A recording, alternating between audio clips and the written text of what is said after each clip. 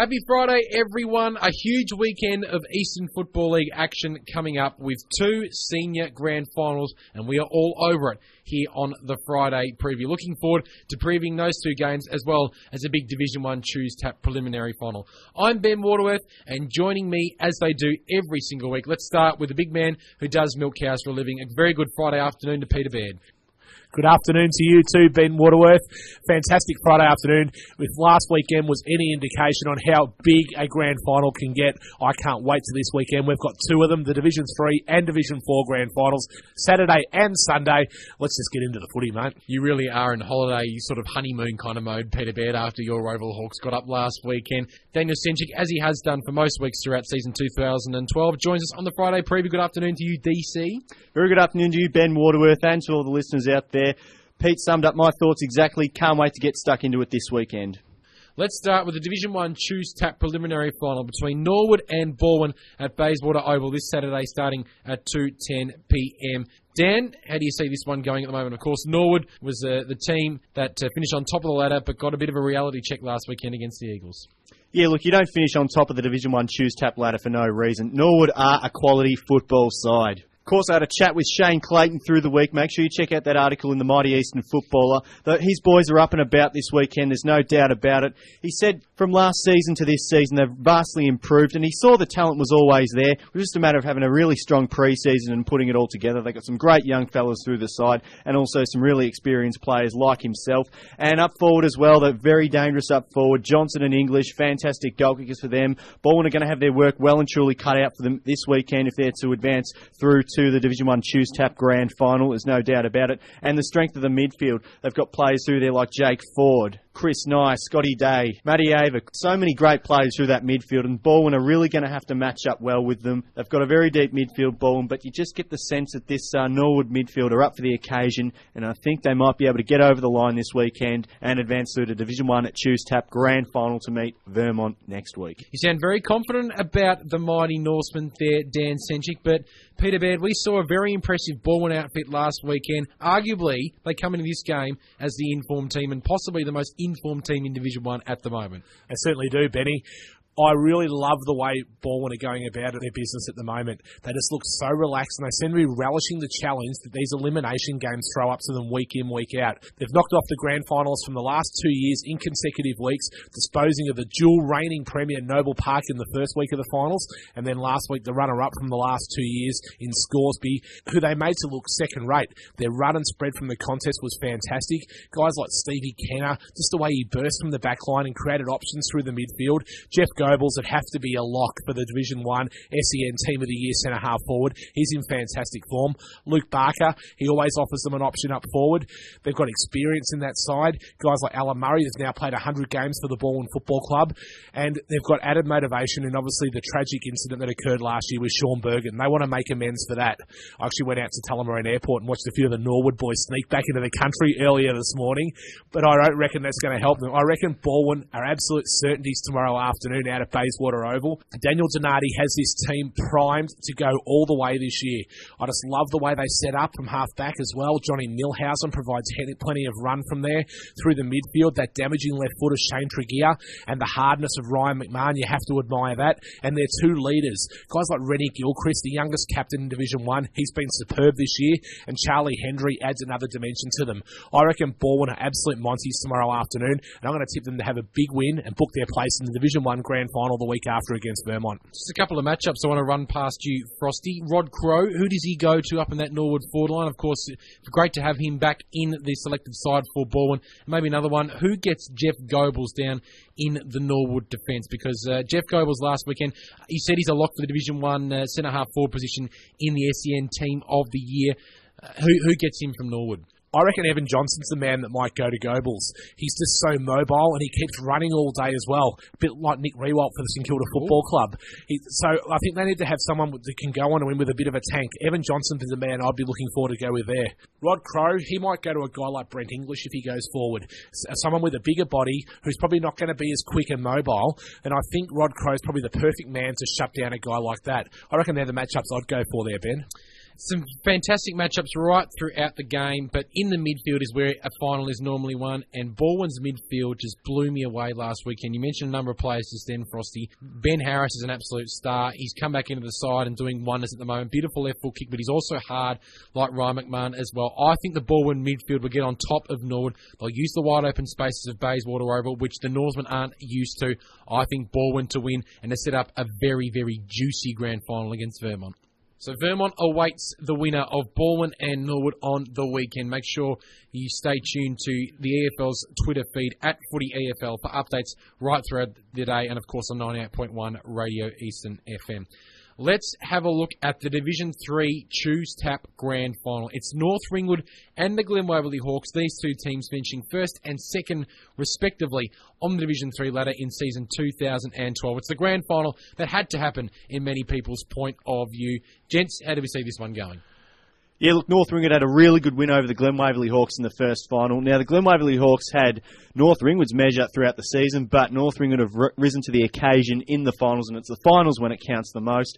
Players like Max Melzer, he's been good all year, especially across that half-back line, and that's really essentially important when you're lining up against a side like the Glen Waverley Hawks, who have got really good forwards, such as Party, Grasser returning to the side, also Danny Gray, and of course, Matty Weeks is a great backman as well. He really should do the job well this weekend.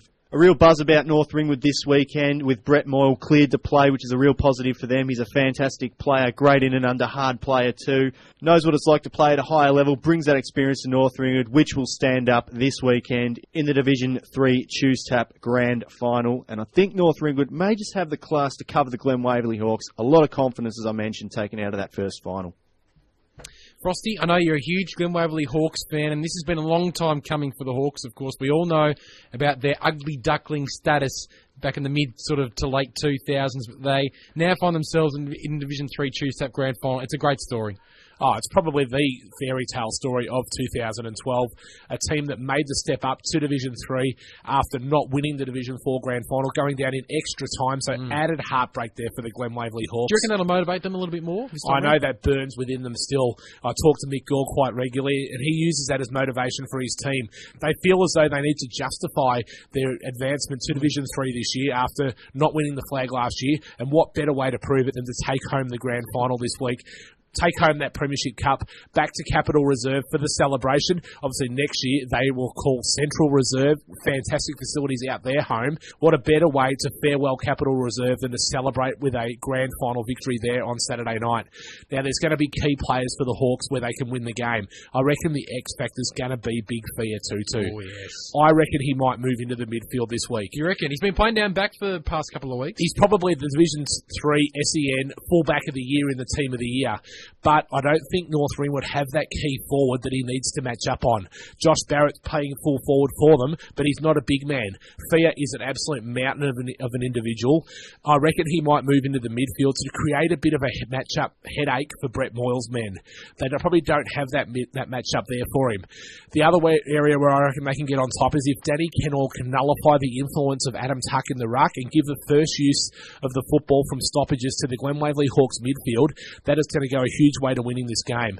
When you can give guys like Sammy Zickman, Corey Walker, Clint Walker, Tim Cook, David Lang, Wayne McGee the ball and give them that first opportunity to get those clearances, the Glen Waverley Hawks are playing their best footy. Up forward, they've got three big forwards that have kicked over 40 goals this year. Danny Gray, Matt Carnelli, and of course Andrew Azzopardi, their inspirational captain. But last week, they also brought back the pig, Simon Grasser. Yeah. He kicked 3 goals, and he's just another one that North Ring would have to worry about. They wouldn't have seen Grasser yet this year. He's got some of the best hands going around that I've ever seen. He's going to play as the stay-at-home full forward. I've got no doubt about that tomorrow afternoon. And if he can get amongst the goals, I reckon the Glen Waverley Hawks might have what it takes to complete the absolute fairy tale and move to Division 2 next year. I know they're really well coached. Mick Gall's got them playing disciplined football, so much so that he may even leave one of his superstars out of the side this week as an indication to the boys that if you don't toe the team line and play by the team rules, you're not going going to be part of his team. So Mick Gall, he knows exactly what it takes to win a flag, and I reckon the Glen Waverley Hawks will do just that tomorrow afternoon. One big matchup for mine, Frosty, but it's probably between the two Premier Ruckmen in Division 3 in season 2012. Alistair Quinn might have something to say about that from Templestowe, but the matchup between Danny Kenor and Adam Tuck is quite an intriguing one. Does that, whoever wins that, does that go a long way to deciding who actually wins this match? As I said, both these teams have fantastic midfields. Whoever can give their midfield first use of that ball from stoppages, it's going to probably be where the game's decided.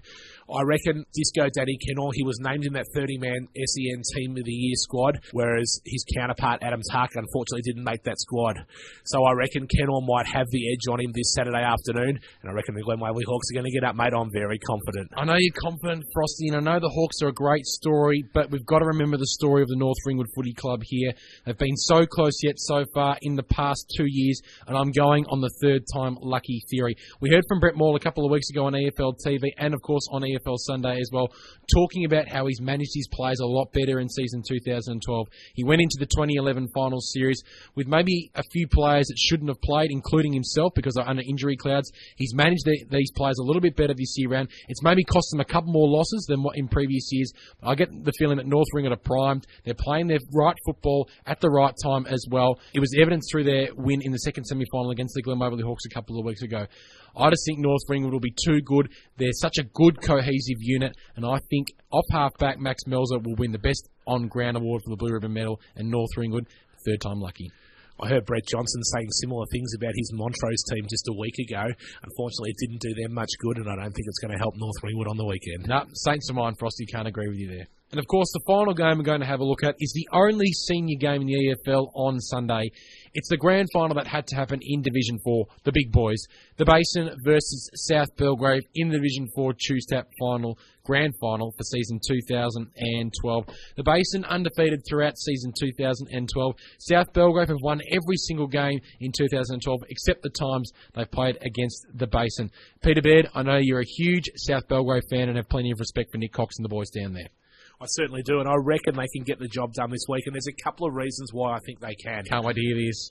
Tom Hallinan adds an X factor to the South Belgrave team. He was back in the side last week. He kicked 4 as a running midfielder. Lucas Appleby, he needs 8 goals to break the ton. I reckon if he gets those 8, South Belgrave win. As simple as that. Yeah, I agree. So if he does that, I reckon he also takes home the Blue Ribbon Medal as best on ground. I'd love nothing more than to see my good mate Apples do that on Sunday afternoon. I reckon Alex Bacon's found a bit of form a couple of weeks ago as well in the game against the Basin. I'm not sure whether they've got a matchup who's got the strong enough upper body to go with Bacon's. Bacon's was their key target up forward that day when South Belgrave went down to the Basin by 24 points in that second semi-final. So they've got 3 players there that can kick a score for South Belgrave. I really like the season Nick Stowe's having as a hard in and under player for the Saints.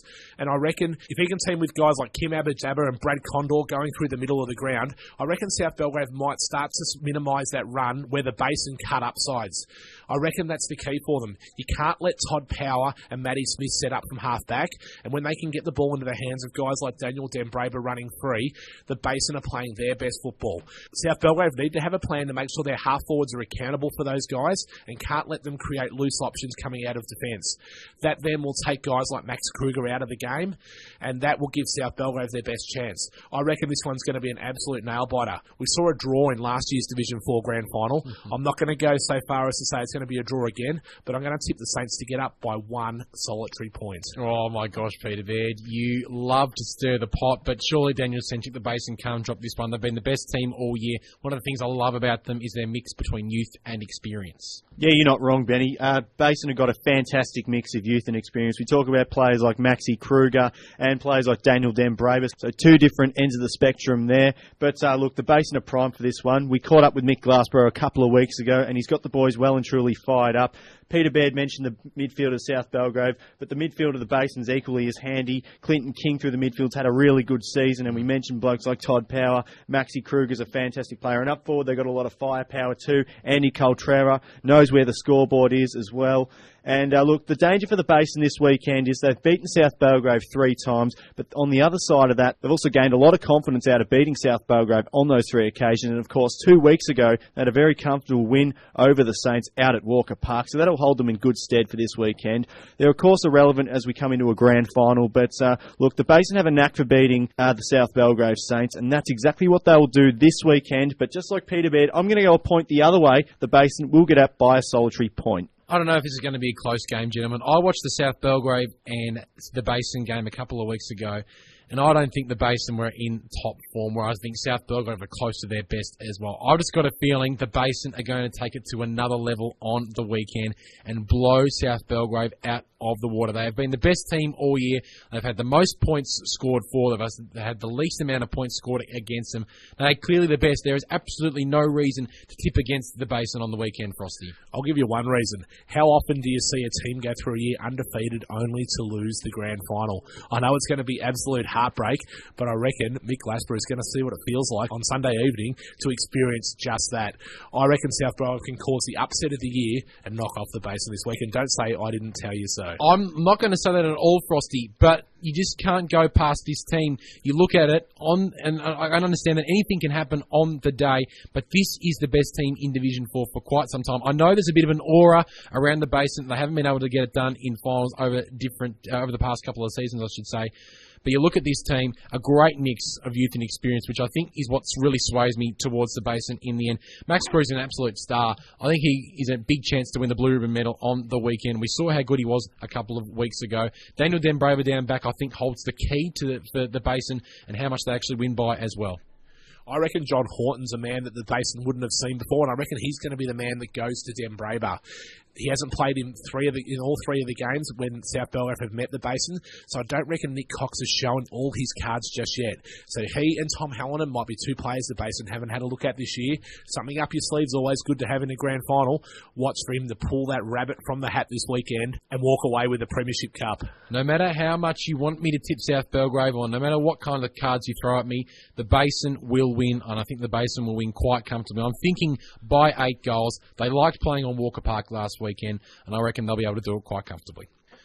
Well, there you have it, a thorough analysis of all 3 senior games on the Eastern Football League on the weekend. Certainly looking forward to a big day. Make sure you tune in to 98.1 Radio Eastern on Saturday afternoon for the Division 3 Choose Tap Grand Final between North Ringwood and the Glen Waverley Hawks. It'll be from 1 till 6 p.m. on 98.1 FM and, of course, streaming on efl.org.au from 2 to 5 p.m. on the EFL website. And don't forget the big Division 4 Grand Final between the Basin and South Belgrave from 2 to 6 p.m. on 98.1 Radio Eastern and 2 to 5 p.m. on the EFL website, efl.org.au. And don't forget to tune in to EFL Sunday from 10 a.m. till 12 p.m. where we chat to winning coaches from across the Eastern Football League. EFL Sunday, proudly brought to you by Akira Urgent Care. And our Division 1 Grand Final edition of The Huddle next Wednesday evening between 6 and 8 p.m. Wow. That's right, a 2-hour edition of The Huddle next Wednesday night to preview the Division 1 Grand Final. We'll speak to the Division 1 Grand Final umpires. We'll try and speak with the coaches. It's going to be a huge show to wrap up the Huddle season of 2012 Eastern Football League football. Don't forget to tune in next Wednesday night between 6 and 8 p.m. on 98.1 Radio Eastern. 2 hours. I don't know if we'll be able to get through it, but we'll get there in the end. Gentlemen, it's been a pleasure going through all the games with you this Friday afternoon. Frosty, we'll see you out on the weekend. And just your tips before we go? Glen Waverley Hawks and South Belgrave. And Daniel Cencic, it's been a pleasure as always going through all the games with you on a Friday afternoon. Glen Waverley Hawks and South Belgrave for you as well? Yeah, look, Ben, I'm going with the Glen Waverley Hawks and the Basin. The Basin and North Ringwood for mine. We're all different. That's how we roll on the Friday preview. Thanks for tuning in once again. We'll be back bigger and better than ever next week with the Division 1 Grand Final preview. That's it for us. I'm done. We're done. And as a wise man once said, stick a fork in us. We're done.